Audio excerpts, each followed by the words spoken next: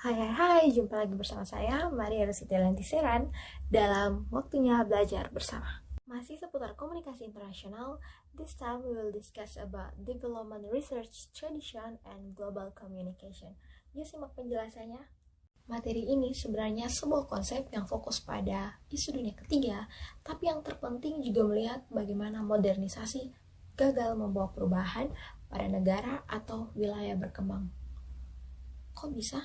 Yuk, simak penjelasan di slide selanjutnya. Bertolak dari statement sebelumnya, perlu digarisbawahi bahwa modernisasi adalah upaya untuk menyamaratakan standar hidup modern.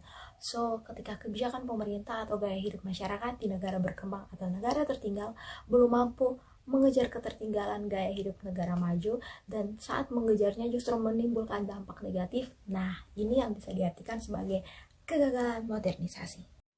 Banjir produk impor di TikTok Shop membuat pelaku usaha mikro, kecil, dan menengah atau UMKM kalah saing dari segi harga. TikTok Shop yang tidak hanya menjual barang dengan sangat murah, namun juga melakukan penjualan barang impor yang tidak sesuai dengan regulasi. TikTok merupakan bagian dari modernisasi dalam bidang teknologi dan media sosial sebagai platform untuk berbagi video pendek, tempat di mana para konten kreator dapat berekspresi melalui konten mereka.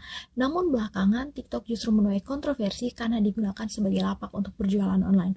Masalahnya, mereka justru mendatangkan barang impor dengan harga yang lebih murah tapi dengan kualitas yang sama. Fakta tersebut tentunya dapat meningkatkan sifat konsumtif masyarakat.